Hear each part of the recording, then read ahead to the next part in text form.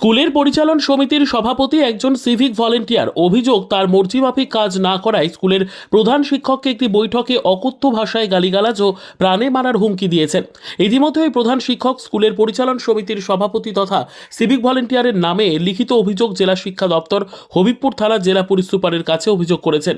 যদিও স্কুলের পরিচালন সমিতির সভাপতি তথা সিভিক ভলেন্টিয়ার প্রধান শিক্ষকের ওঠা এই অভিযোগটি সম্পূর্ণ ভিত্তিহীন বলে দাবি করেছেন সিভিক সভাপতি বনাম প্রধান শিক্ষক দ্বন্দ্ব ঘিরে স্কুলের পঠন পাঠনের পরিবেশ লাটে ওঠার জোগাড়। 2022 সালের নভেম্বর মাসে আইও স্কুল কর্তৃপক্ষের দাবি ওই পদ পাওয়ার পর থেকে বিভিন্ন কাজে তিনি জটিলতা তৈরি করে চলেছেন। তাই তিনি চাইছেন স্কুল চলুক তার কথায়, অথচ হঠাৎ প্রয়োজনে তাকে স্কুলে পাওয়া যায় না। অভিযোগ প্রসঙ্গে সিভিক ভলেন্টিয়ার সঞ্জয় বর্মন বলেন, প্রধান শিক্ষক অভিজিৎ মিশ্র নিজেই সব বিষয়ে জটিলতা সৃষ্টি করেন। তিনি একক সিদ্ধান্তে কাজ করতে চান, স্কুলের কারো সঙ্গে সহযোগিতা করেন না। আমি তার চালাকি ধরে ফেলেছি। আমি সব ক্ষেত্রে তার কাজে বাধা দিচ্ছি বলে তিনি আমার নামে মিথ্যে অভিযোগ তুলছেন। এদিকে প্রধান শিক্ষক অভিজিৎ মিশ্র জানান, উনি বিভিন্ন কাজে প্রথম থেকেই বাধা দিয়ে আসছেন। সম্প্রতি স্কুলের একটি বৈঠকে সকলের সামনে আমাকে অকথ্য ভাষায় গালিগালাজ করেছেন, আমাকে প্রাণে মেরে ফেলার হুমকিও দিয়েছেন। তার জেরে আমি অসুস্থ হয়ে পড়ি। আমরা চাই প্রশাসন স্কুলের পরিচালন সমিতির সভাপতির পদ থেকে তাকে সরিয়ে অন্য কাউকে নিয়োগ করুক। আর এই ঘটনাকে কেন্দ্র করে শুরু হয়েছে রাজনৈতিক চাপানুতর। অভিযোগ করার পেছনে মূল কারণ, যেটা আমি প্রথমেই বলে রাখি, যে প্রেসিডেন্ট নির্বাচিত বা মনোনীত কেমন করে হলো এটা আমরা সবাই জানি। গভর্নমেন্ট স্পন্সরের ক্ষেত্রে স্কুলের ভূমিকা থাকে না, সরকারি লেভেল থেকে নির্বাচিত হয়ে আসে বা মনোনীত হয়ে আসে। এখন ঘটনা হচ্ছে, প্রথম দিন থেকেই প্রথম মিটিং থেকেই ওনার টেন্ডেন্সিটা বুঝতে পারছিলাম যে ওনাকে দিয়েই সমস্ত কাজ করাতে হবে। পরবর্তীতে যখন আমাদের তরফ থেকে বাধার সৃষ্টি হলো, বিশেষ করে আমার তরফ থেকে তো বটেই, যে এটা হবে কেন, বিশেষ করে তখন থেকেই কিন্তু ওনার মূর্তি অন্যরকম দেখতে পেলাম, যে স্কুলের সমস্ত কাজে, খুঁটিনাটি কাজ থেকে শুরু করে বড় সমস্ত কাজে ওনার ভূমিকা থাকতে হবে।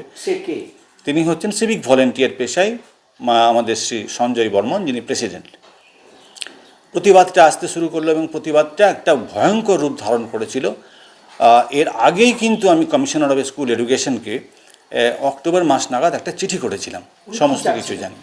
উনি চাচ্ছিলেন সমস্ত কিছু উনি করবেন, আমাদের সিভিক ভলেন্টিয়ার, এবং আমাদের রেজলিউশন যেটা হতো সেখানে উনি সই করতেন না। উনি মনে করতেন যে উনি এক ওয়ান ম্যান কমিটি, এখানে সবাই যদি মনে করে যে না এটা ঠিক না, উনি বলবেন ওটা বেঠিক, তো ওইটাই বেঠিক হয়ে গেল, আর সবার সঠিকটা বেঠিক হয়ে যাচ্ছে।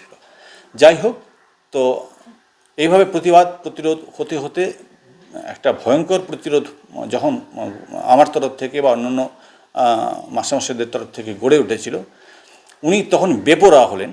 এবং গত 25 তারিখের মিটিংয়ে, যেটা হচ্ছে ফেব্রুয়ারি মাসের 25 তারিখের মিটিংয়ে, এর আগের মিটিংগুলো কিন্তু আমাদের সিসিটিভি কাভারেজের মধ্যে হতো। এই যে আমাদের ঘরের মধ্যে সিসিটিভি কাভারেজ আছে, উনি আমাদের একজনকে দিয়ে বলা করালেন যে সিসিটিভি কাভারেজ হবে না, খুলতে হবে। আমি ভাবলাম যে স্কুল আগে আমার মূল জিনিস, ঠিক আছে বাবা, যদি দরকার না থাকে সিসিটিভি খুলে দাও। তো সিসিটিভি খুলিয়ে দিয়ে সেই মিটিংয়ে অকথ্য ভাষায় আমাকে গালিগালাজ এবং প্রাণনাশের হুমকি সকলের সামনে উনি করেন, হুমকি করেন।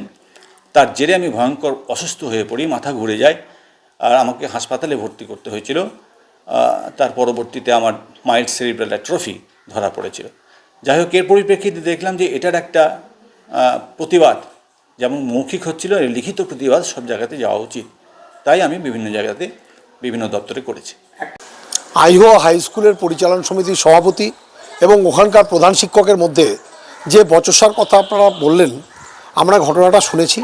ওখানে স্কুলের হেডমাস্টারমশাইও যেমন কমপ্লেন লজ করেছেন কনসার্ন থানা, কনসার্ন বিডিও অফিস এবং ডিআই অফিসে, ঠিক সেরকম পরিচালন সমিতির সভাপতিও বিভিন্ন জায়গায় কমপ্লেন লজ করেছেন। তো যেটাই হোক, এই কমপ্লেনের রেসপেক্টে already enquiry has been started. Enquiry হওয়ার পরে অ্যাকর্ডিং টু ল যেটা হওয়া উচিত, এবং যে দোষী তেই সাজাপ্রাপ্ত হবে। এবং পাশাপাশি আমাদের দলের তরফ থেকে একটা দাবি থাকবে, স্কুলের পঠন স্কুলের পরিকাঠামো কোনো রকম বাধা আমরা কিন্তু মানব না। এক্ষেত্রে যেভাবে হোক স্কুলের পঠনকে ঠিক রাখতে হবে। তার জন্য কনসার্ন ডিআই আছেন, তিনি দেখে অবিলম্বে ব্যাপারটা তদন্ত করে সঠিকভাবে যে পদক্ষেপ নেওয়ার দরকার অবিলম্বে পদক্ষেপ নেবেন। বিজেপি কি বলছেন দ্যাট ডাজন্ট ম্যাটার, বিজেপি সবসময় বলতেই থাকে। বাংলায় বিজেপি নেই, আপনারাই খালি বিজেপিকে বাঁচিয়ে রেখেছেন। বিজেপি অভিযোগ পার্টিতে পরিণত হয়েছে, ওদের কথার উত্তর দেওয়ার প্রয়োজন মনে করি না।